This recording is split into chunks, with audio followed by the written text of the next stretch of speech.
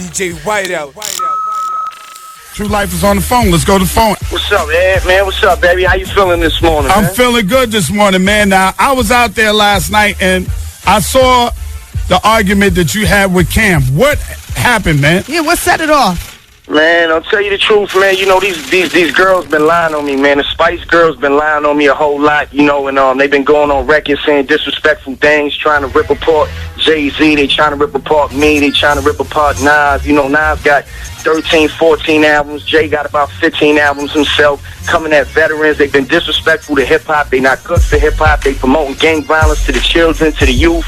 I'm a positive fellow. My name is Tru-Life. Tru-Life stands for the righteous uniting everybody living in a fantasy environment. I'm not on no wild wanna-be gangster stuff, but if somebody calls me out and says they want to fight with me or they want to fight with me as a man, we can do it like men with their hands. It is what it is. So, you know, I feel like, you know, they running around. They said they had 50 downs and they wanted to fight me. You know, Jim just got punched in his eye, you know, last week. He ain't want to fight. Yeah. And, you know, this man, the same thing, man. So it's like, I don't even really like the result of that. And I feel like I sound like an idiot, and I want to apologize on the sake of hip-hop. But it's like, this thing is personal between us. This ain't really I got a personal vendetta with these kids. And I feel like you trying to stop my kids from eating, man. And you talking about you want to fight and all that stuff. Y'all want to fight, then we can fight, and we fight like men. But I came with two people. True. It's Egypt, baby. Now, listen, you know, I hear you. I know you know, trying to be on some positive stuff. But, you know, is there any truth to the rumor that is going around right now that you got Jim Jones jump and that you have his ring? You're wearing his ring. We didn't get him jump. A 19-year-old kid from my neighborhood punched him in his eye as well.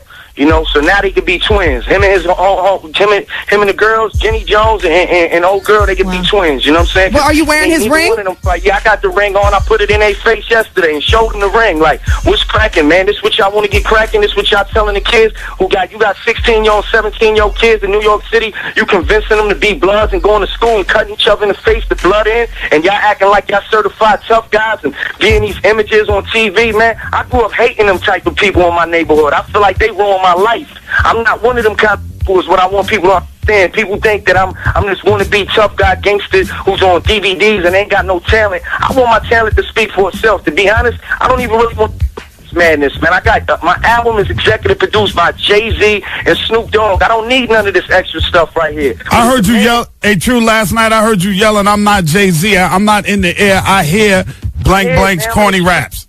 I'm in the streets. I'm in the streets all day. I'm not in the air, so I got to deal with all of that. I don't fly around in G4s. I don't have that luxury. You understand what I'm saying? I'm a humble young fellow who rides around, and I ride around in a little van. I don't even got a Benz, no none of that. I live a comfortable, regular life, man. I'm trying to feed my family and feed my kids. Even if you getting that Jay, I know Jim very well and personally, so even if, like, I feel like he owes me more respect, man. I once protected this kid. I once squashed beef him in L.A. He's trying to run around. They try to blackmail me with a videotape. This thing gets real ugly and it gets real deep, like things that they've done. I don't really want to keep talking about it. I feel like I've moved on from all of this right here. I don't want this right here. I don't want to make records, but you know these guys are threatening me on records. They're saying they're going to do this. They're saying they're going to do that. So when you see me, you're going to have to live up to that. Right. I only had 2 people with me, man. You got 7-foot bouncers with you, you know what I'm saying, who you got on the payroll who you need to fire.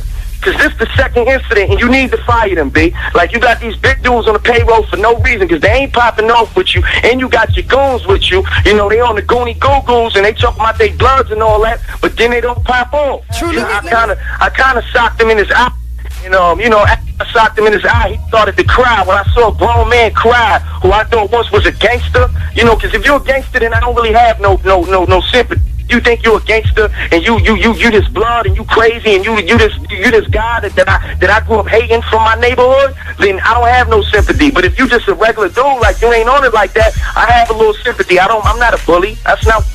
You know, a fight happens when 2 people fight, not when 1 person. So it's like, you know, it is what it is. These dudes is running around talking like they want to fight with me, and you know, if they want to fight with me, I'm here. They go on the radio and make these shows and get them AR and send their little goons to make records about No, you trying to stop me from eating. You trying to stop my kids from eating. I got 2 kids, man. That ain't gonna go down like that, man. So you know, he went and played this whole Hollywood role. I got Duke the God on the phone. Stop me from eating. I got a problem with that. So I'm like, if anybody want to get up, we can get up and we can handle it like men, man. Call Jim up. Here's my cell phone number. I gave them my cell phone number. Me and Jim once hung out before. You know how to get at me. So right. like I tried to get at him off the record and tried to squash it so that it didn't have to escalate or it didn't have to go nowhere. It didn't have to go to records and it had to go to violence and it had to go to nothing. But if he wanted violence, me and him could have fought like men, squared up like men.